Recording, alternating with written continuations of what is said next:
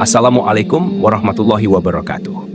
Segala puji bagi Allah Subhanahu wa Ta'ala, Tuhan semesta alam. Shalawat dan salam semoga senantiasa tercurah kepada Nabi Muhammad SAW beserta keluarga, sahabat, dan umatnya yang selalu mengikuti petunjuknya hingga hari kiamat. Hadirin yang dirahmati Allah Subhanahu wa Ta'ala, pada kesempatan yang penuh berkah ini, marilah kita bersama-sama merenung dan mengambil pelajaran dari kisah yang sangat menginspirasi, yaitu kisah Zulkarnain, seorang raja yang bijaksana dan adil, yang tidak hanya dikenal karena kekuasaannya, tetapi juga karena keberpihakan dan perlindungannya terhadap umat manusia. Zulkarnain dan tugas besar yang diberikan Allah. Zulkarnain adalah seorang pemimpin yang sangat dihormati oleh umatnya. Allah Subhanahu wa Ta'ala berfirman dalam Al-Quran surah Al-Kahf ayat ke-83 hingga 98 yang menceritakan perjalanan Zulkarnain, seorang raja yang memiliki kekuasaan yang luas dan mengemban tugas mulia untuk melindungi umat manusia. Dalam kisah ini, kita dapat melihat bagaimana seorang pemimpin yang bijaksana menjalankan amanah Allah dengan penuh tanggung jawab, bukan hanya untuk kepentingan dirinya, tetapi untuk kesejahteraan umat yang dipimpinnya. Zulkarnain memimpin dengan adil dan bijaksana, menggunakan kekuasaannya untuk mengatasi masalah yang dihadapi umat manusia. Beliau tidak hanya mendominasi wilayah dan kekuasaan, tetapi lebih memikirkan kesejahteraan umat dan bagaimana melindungi mereka dari segala ancaman. Dalam perjalanannya, Zulkarnain menemui berbagai masalah. Salah satunya adalah ancaman dari dua bangsa yang sangat ganas dan merusak, yaitu Yajuj dan Majuj. Ancaman Yajuj dan Majuj. Hadirin yang dirahmati Allah Subhanahu wa Ta'ala, Yajuj dan Majuj adalah dua bangsa yang dikenal dalam sejarah sebagai makhluk yang sangat merusak. Mereka digambarkan sebagai bangsa yang memiliki kekuatan luar biasa, yang dapat menghancurkan segala sesuatu yang mereka temui. Mereka adalah ancaman yang nyata bagi umat manusia pada zaman itu. Ketika Zulkarnain sampai di suatu wilayah yang berada di antara dua pegunungan, beliau bertemu dengan kaum yang meminta bantuannya untuk melindungi mereka dari serangan Yajuj dan Majuj. Kaum tersebut menceritakan betapa besar ancaman yang mereka hadapi dari kedua bangsa itu. Dalam menghadapi ancaman yang begitu besar, Zulkarnain tidak ragu untuk mengambil tindakan. Beliau tidak hanya mendengarkan keluhan, tetapi juga melihat situasi dengan bijak, lalu mencari solusi yang terbaik untuk mengatasi masalah tersebut. Pembangunan dinding penghalang yang kokoh. Zulkarnain memutuskan untuk membangun sebuah dinding besar yang kuat sebagai penghalang, agar Yajuj dan Majuj tidak dapat mengakses wilayah mereka dan menghancurkan kehidupan umat manusia.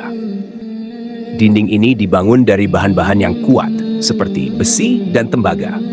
Zulkarnain meminta bantuan dari umat di sekitarnya untuk menyediakan bahan tersebut dan bekerja sama untuk membangun dinding yang sangat besar dan kokoh. Dinding yang dibangun oleh Zulkarnain tidak hanya bertujuan untuk melindungi kaum yang meminta bantuan, tetapi juga menjadi simbol perlindungan dari seorang pemimpin yang peduli terhadap umatnya. Dengan menggunakan kecerdasannya, Zulkarnain memanfaatkan segala sumber daya yang ada untuk menciptakan sesuatu yang bisa memberikan perlindungan bagi umat manusia dari ancaman yang begitu besar.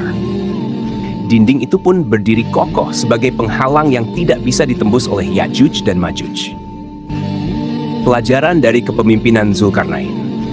Hadirin yang dirahmati Allah Subhanahu wa Ta'ala, dari kisah Zulkarnain ini, kita dapat mengambil banyak pelajaran yang sangat berharga dalam kehidupan kita, terutama dalam hal kepemimpinan dan tanggung jawab seorang pemimpin terhadap umat yang dipimpinnya. Pertama, kepemimpinan yang adil dan bijaksana. Seorang pemimpin yang bijaksana tidak hanya memikirkan kepentingan dirinya atau kelompoknya, tetapi juga harus memikirkan kesejahteraan umat yang dipimpinnya. Zulkarnain tidak hanya memerintah dengan otoritas, tetapi dengan kebijaksanaan dan perhatian terhadap kondisi umat yang ada di bawahnya. Beliau mengutamakan perlindungan dan keselamatan umat, bahkan jika itu mengharuskan dirinya untuk mengerahkan semua kekuatan yang ada.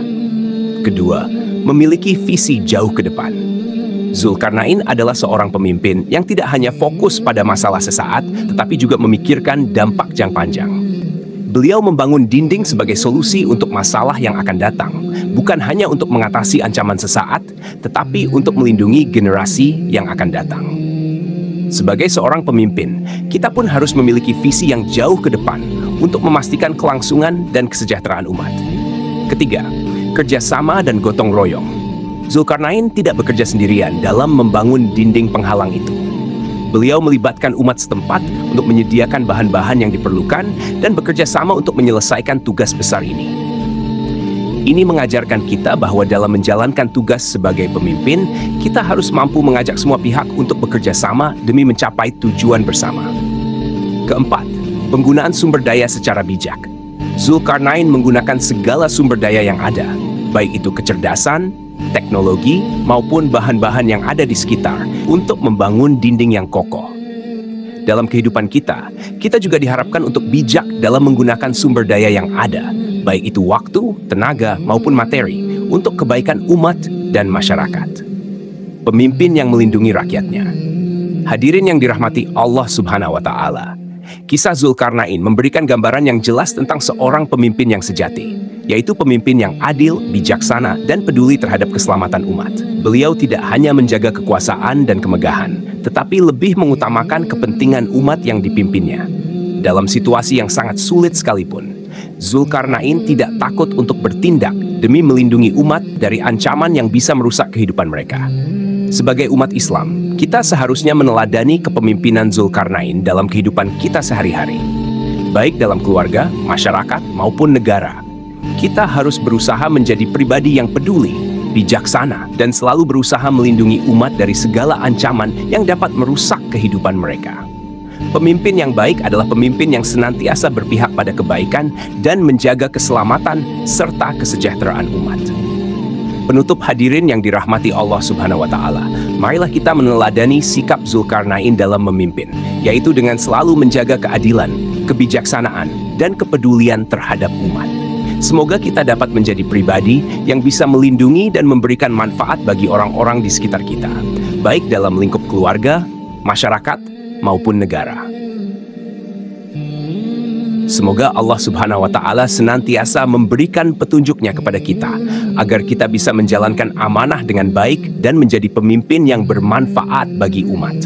Semoga Allah juga senantiasa melindungi kita dari segala bentuk kezaliman dan ancaman yang dapat merusak kehidupan kita. Wassalamualaikum warahmatullahi wabarakatuh.